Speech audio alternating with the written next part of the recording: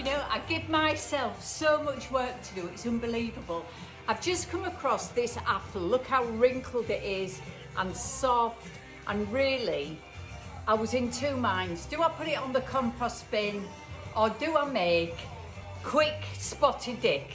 Now, if you don't know what spotted dick is, it's a nostalgic steamed pudding that we used to have at school over 50 years ago.